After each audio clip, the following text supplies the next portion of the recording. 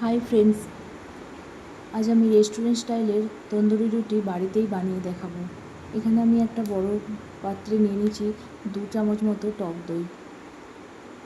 এবার আমি দিয়ে দেবো 1 চামচ মতো চিনি, পরিমাণ মতো নুন, দিয়ে দেবো 2 চামচ মতো সুজি, আর দিয়ে দেবো হাফ চামচ বেকিং পাউডার আর হাফ চামচেরও কম বেকিং সোডা। বেকিং সোডাটা অবশ্যই কম দেওয়ার চেষ্টা করবেন। আমি দিয়ে দেবো 4 চামচ মতো রিফাইন্ড অয়েল,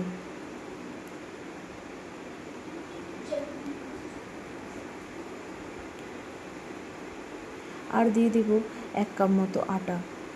সব কিছু ভালোভাবে মিক্স করে আমি হালকা গরম জল দিয়ে আটাটা মেখে নেব।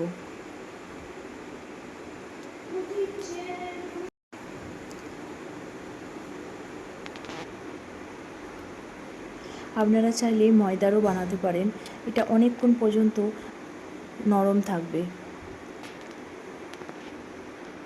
এইভাবে একবার বানিয়ে দেখবেন, বাড়িতে একদম রেস্টুরেন্ট স্টাইলের তন্দুরি রুটির মতোই স্বাদ লাগবে, আর এটা অনেক শক্ত হয়। আমি এবার ভালোভাবে হালকা গরম জল দিয়ে আটাটা একটু নরম করে মেখে নেব। আটাটা যেন একদম শক্ত মাখবেন না, হালকা নরম করেই মাখতে হবে। যেমন আমরা ডেলি রুটি মাখি সেরকম নয়, একটু নরম করে আমি মেখে নেব। মেখে নেওয়ার পর প্রায় 1.5 থেকে 2 ঘন্টা মতো ঢাকা দিয়ে আমি রেখে দেব। তো আমাদের আটাটা ভালোভাবে ফুলে যাবে। এবার আমি তন্দুরি রুটি বানাবো। এখানে আপনারা যেরকম শেপে বানাবেন, আমি এখানে একটু লম্বা করে বানিয়ে নিচ্ছি। আপনারা চাইলে রেস্টুরেন্টের মতো এই রুটির উপরে কালো জিরে, ধনেপাতা কুচি, রসুন কুচি সব কিছু লাগিয়ে দিতে পারেন। উপরে একটু জল দিয়ে তার উপরে এগুলো লাগাতে হবে। এবার আমি এক সাইডটা একটু জল দিয়ে একটু ধনেপাতা কুচি আর একটু কালো জিরে লাগিয়ে নেব। আর যে তাওয়ার যে সাইডটা তাওয়াতে দেওয়া হবে সেই দিকটাও অল্প জল দিয়ে দিতে হবে।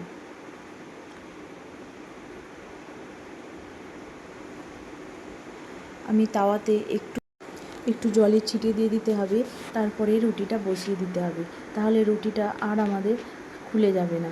আমি আবার একটু জল দিয়ে দেবো যাতে রুটিটা তাওয়াতে ভালোভাবে চিপকে থাকে। এবার আমি আর রুটিটাকে উল্টাবো না, এইভাবেই গ্যাসের উপর তাওয়াটাকে উল্টো করে উল্টো দিকটা ভেজে নেব। দেখুন কি সুন্দর ফুলে উঠেছে।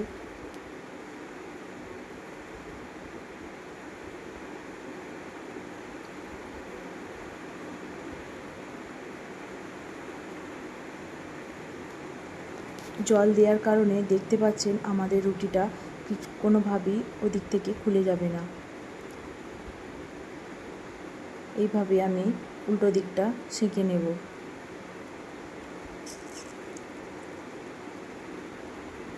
এবার উপর থেকে আপনারা চাইলে বাটার লাগিয়ে নিতে পারেন। ব্যাস, আমাদের রুটি রেস্টুরেন্ট স্টাইলের তন্দুরি রুটি চিকেন বা পনিরের রেসিপির সাথে আপনি পরিবেশন করুন।